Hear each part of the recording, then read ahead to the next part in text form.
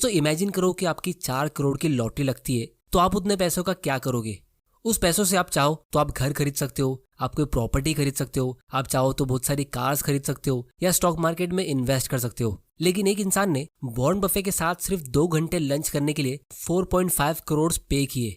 अब आप सोच रहे होगे कि ये पैसा स्पेंड करने का एक बहुत ही बुरा तरीका है, लेकिन उस आदमी ने कहा कि वो 4 करोड़ उनकी लाइफ का सबसे बेस्ट इन्वेस्टमेंट रहा है। दोस्तों हम बात कर रहे हैं मोनीश पबराई की, जो पिछले 20 सालों से ऑन एन एवरेज 25% का कंपाउंडेड रिटर्न कमाते आ रहे हैं, जो एक बहुत ही स्पेशल रिकॉर्ड है क्योंकि ये उन्होंने यूएस में रहते हुए अर्न किया है और वहाँ पे इन्फ्लेशन बहुत कम होता है। तो अगर आप यूएस के स्टॉक मार्केट से 7-8% का भी रिटर्न कमा लो, जो एक डिसेंट रिटर्न माना जाता है, जिस तरह इंडिया से अगर आप 12 या 15% का रिटर्न कमा लेते हो, तो वैसी कंट्री में रह के इन्होंने 25% का रिटर्न कमाया है और वो भी इतने लॉन्ग टर्म के लिए, तो ये काबिले तारीफ चीज है। और सबसे इंटरेस्टिंग बात यह है कि इन 20 सालों में इनके पास काफी सारे इन्वेस्टर्स आते रहते हैं जो इनको अपना पैसा देते हैं ग्रो करने के लिए, और इसीलिए अभी ऑलमोस्ट 600 मिलियन यूएस डॉलर्स का पोर्टफोलियो मैनेज कर रहे हैं। तो इतना बड़ा पोर्टफोलियो होने के बाद भी ये ऐसा एक्स्ट्रा ऑर्डिनरी रिटर्न कमाते रहते हैं। और दोस्तों इनकी स्ट्रेटेजी की खास बात यह है कि ये किसी भी स्टॉक से 10 या 20% का प्रॉफिट कमाने का नहीं सोचते। इनफैक्ट अगर इनको किसी स्टॉक से अपने पैसे सिर्फ डबल होने का चांस लगता है, मतलब 100% प्रॉफिट का चांस, तो ये उसे भी छोड़ देते हैं। वो किसी भी स्टॉक में तभी इन्वेस्ट करते जब इनको उसमें 5-10 गुना प्रॉफिट मिलने का चांस लगता है, वो भी अगले 3 से 5 सालों में। लेकिन सवाल ये उठता है कि ये इतने सारे अच्छे स्टॉक्स के आइडियाज लेके आते कहाँ से, क्योंकि ये 600 मिलियन डॉलर्स का फंड मैनेज करते हैं और वो भी सब अकेले। उनकी कंपनी में कोई भी एम्प्लॉयज या एनालिस्ट नहीं है। और सबसे इंटरेस्टिंग बात यह है कि इनकी स्ट्रेटेजी काफी सिंपल है, जो आप और मैं बहुत ही आसानी से फॉलो कर सकते हैं। इसलिए ये वीडियो मैं आप लोगों के लिए लेके आया हूँ। तो इसके लिए हमें मोनीश पबराई की स्टोरी को समझना होगा। तो दोस्तों मोनीश एक बहुत ही गरीब इंडियन फैमिली में बॉर्न हुए थे। उनके डैड वैसे तो एक बिजनेसमैन थे, लेकिन प्रॉब्लम ये थी कि उनके डैड का बिजनेस इतना अच्छा चलता नहीं था, तो वो हर महीने कोई दूसरा नया बिजनेस स्टार्ट करते थे, जिसकी वजह से उनकी इनकम स्टेबल नहीं रहती थी। और काफी बार ऐसा होता था कि उनके घर में खाने के लिए भी पैसे नहीं होते थे। और पढ़ाई में भी मोनीश इतने खास नहीं थे। अगर क्लास में 50 बच्चे होते थे तो उनका रैंक हमेशा 48 या 49 आता था।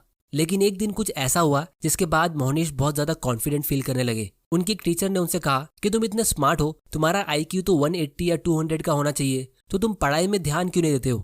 और उस दिन के बाद से मोनीश हमेशा स्पेशल फील करने लगे और जल्दी अपनी स्कूल की पढ़ाई खत्म करके वो यूएस की एक यूनिवर्सिटी में पढ़ने चले गए। फिर वहां से उन्होंने कंप्यूटर साइंस की डिग्री ली और खुद का एक बिजनेस स्टार्ट किया, जिसमें उन्होंने अच्छे से प्रॉफिट तो कमा लिया। लेकिन कुछ टाइम बाद उनको वही प्रॉब्लम फेस करनी पड़ी जो उनके डैड फेस करते थे, कि उनको बिजनेस चलाने में काफी ज्यादा डिफिकल्टी होती थी। और तब उन्होंने रियलाइज किया कि बिजनेस स्टार्ट करना इजी होता है, लेकिन उसे लॉन्ग टर्म तक सक्सेसफुली चलाना सबसे इंपॉर्टेंट काम होता है, जो हर किसी के बस की बात नहीं होती है। और उसके लिए आपको कंटिन्यूस एजुकेशन लेते रहना पड़ता है। और तब मोनीश डिसाइड करते कि वो सक्सेसफुल बिजनेसमैन और इन्वेस्टर्स के बारे में पढ़ेंगे कि लोग अपने बिजनेस को मैनेज कैसे करते।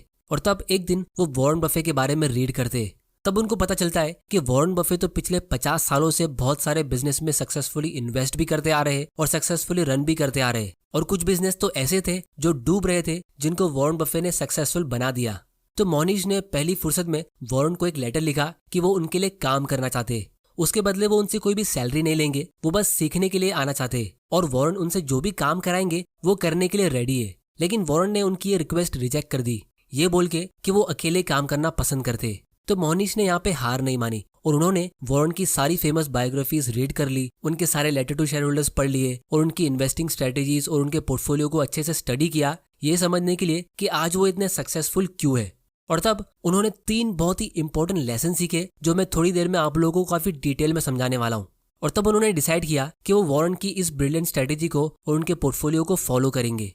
अब दोस्तों यूजुअली लोगों को लगता है कि हमें बड़े बड़े इन्वेस्टर्स की स्ट्रेटेजी को या उनके पोर्टफोलियो को कॉपी नहीं करना चाहिए, हमें खुद से कोई न्यू स्ट्रेटेजी और अपना पोर्टफोलियो बनाना चाहिए। और आपको बहुत सारे बड़े बड़े इन्वेस्टर्स भी यही कहेंगे। इनफैक्ट मैंने भी अपने पास्ट वीडियो में कहा है कि आपको बड़े बड़े इन्वेस्टर्स का पोर्टफोलियो यूं ही कॉपी नहीं करना चाहिए।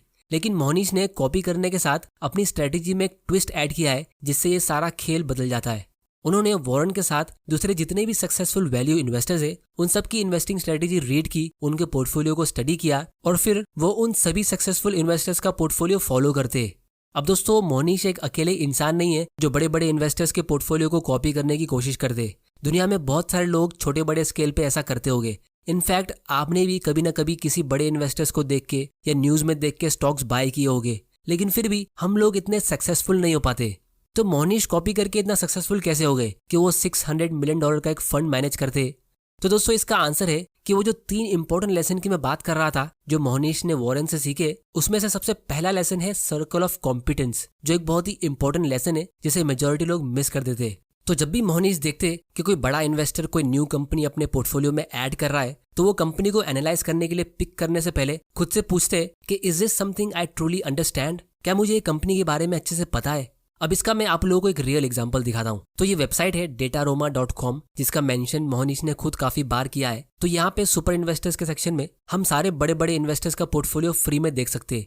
जैसे यहाँ पे बिल गेट्स का पोर्टफोलियो है, बिल एक्मैन का है, कार्ल आइकन का है, चार्ली मंगर और ऐसे कई सारे इन्वेस्टर्स, और वॉरेन बफे का भी पोर्टफोलियो हमें यहाँ पे फ्रेशली अपडेट होके मिलता है। मतलब ये डेटा यूजुअली हर क्वार्टरली अपडेट होता है। जैसे यहाँ पे हम बिल गेट्स पे क्लिक करते तो हमें उनका पोर्टफोलियो दिखेगा। अब ये स्टॉक्स हो सकता है कि उन्होंने काफी सालों पहले खरीदे हो, तो उसके लिए आप यहाँ बाय पे क्लिक कर सकते हो, जिससे आपको बिल गेट्स के रिसेंटली बाय किए हुए स्टॉक्स दिखेंगे।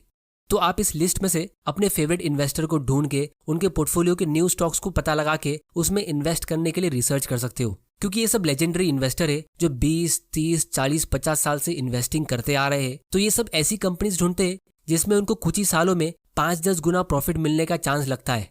अब दोस्तों ये लिस्ट मैं काफी सालों से देखता आ रहा हूँ, लेकिन कभी ये मेरे इतने काम आई नहीं। जैसे 2015 में जब वॉरेन बफे ने एक बहुत ही अच्छा अमाउंट एप्पल कंपनी में इन्वेस्ट किया था और तब वो बहुत अच्छे प्राइस पे मिल रही थी, तो उस टाइम पे इंडिया से यूएस स्टॉक में इन्वेस्ट करना काफी डिफिकल्ट और कॉम्प्लेक्स प्रोसेस था।